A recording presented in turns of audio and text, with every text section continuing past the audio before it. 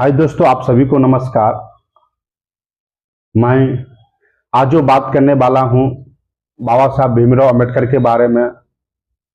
बहुत सारे लोग जो है नहीं जानते होंगे बाबा साहब भीमराव अंबेडकर के बारे में, तो हम आप लोग को बताते हैं उनका जीवन कैसे रहा। बाबा साहब भीमराव अंबेडकर की जन्म 1891 में हुई, महाराष्ट्र के रत्नागिरी में। फिर कुछ दिन रहने के बाद जो है उनकी मां की देहांत हो गई। फिर वहां से शिफ्ट हो गई, सहस्थारा एक गांव है, वहां पे शिफ्ट हो गई। फिर उनके पिता जो है उनको पढ़ाई के लिए स्कूल ले गया, जहां पे पहले बहुत ऊंच नीच जाति देखा जाता था। जब अंबेडकर जी स्कूल के अंदर गए तो सबको मालूम हो गया कि ये दलित है। उसको बोला तुम बाहर ही जाके पढ़ो, बाहर में जाके बैठ के पढ़ना। फिर मास्टर साहब ने एक सवाल उस पे बोर्ड पे बना रहे थे। फिर अंबेडकर जी को बोला कि ठीक है तुम पढ़ते हो ना, थोड़ा ये बताओ ये कितना होता है, थोड़ा हिसाब करके बताओ। जब वो स्कूल के अंदर आए तो बहुत सारे लोग जो ऊंच नीच जाति देखते थे वो अपना टिफिन लेके भाग गए, जो खाने का टिफिन होता है, इसलिए कि वो नीचे वर्ग के लोग थे, नीचे जाति के लोग थे। अगर वो सोचा कि अगर हमारे खाने में टिफिन अगर हाथ लग गया उनका तो हम अछूत हो जाएंगे। फिर उन्होंने जैसे तैसे मैट्रिक पास की। फिर वही डिग्री लेके न्यूयॉर्क निकल गए पढ़ने के लिए, कोलंबिया यूनिवर्सिटी।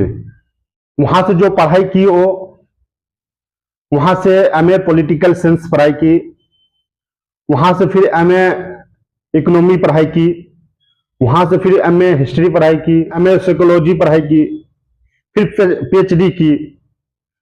सभी डिग्री वहां से हासिल की।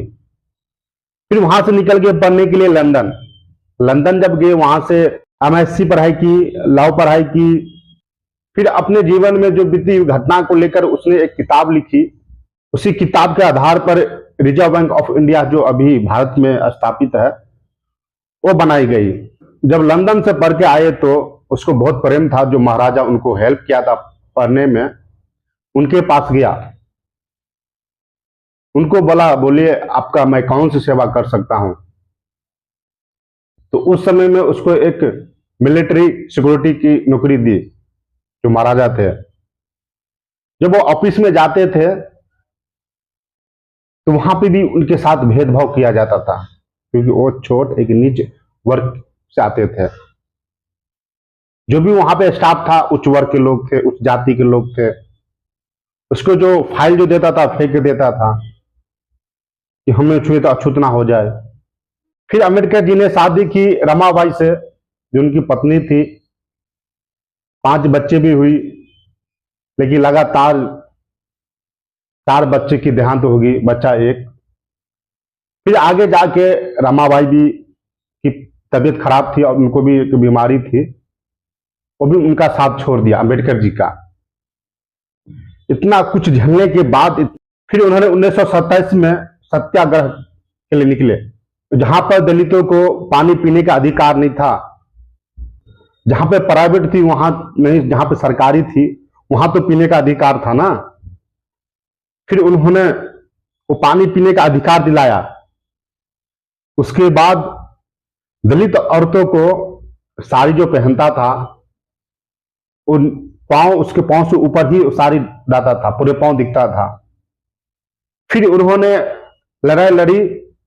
फिर उन्होंने अधिकार दिलाया जो आम औरतों पहनते हैं साड़ी वैसे ही पहने। इतना छुआछूत और ऊंच नीच देखा जाता था। उसको देखते हुए अम्बेडकर जी ने गांधी जी के पास गया और बोला एक कमेटी बना दीजिए जो हम लोग अलग से कुछ कर सके। फिर उन्होंने नहीं माना। फिर गांधी जी ने समझाया अम्बेडकर जी को कि ठीक है मैं आपको रिजर्वेशन दे दूंगा।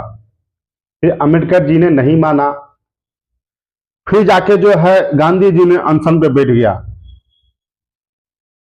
अनशन पे बैठ गया। फिर अम्बेडकर जी गए गांधी जी के पास।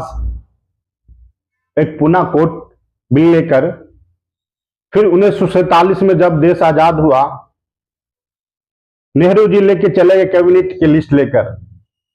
जब गांधी जी ने देखा तो नेहरू जी को कहा इसमें तो अम्बेडकर का नाम नहीं है, अम्बेडकर जी का।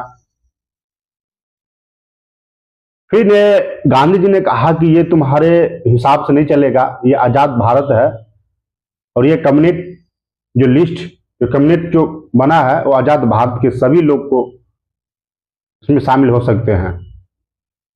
फिर अम्बेडकर जी को कानून मंत्री बनाया गया। अब बताइए, इतना पढ़ने लिखने के बाद भी उनको छुआछूत अछूत माना जाता था।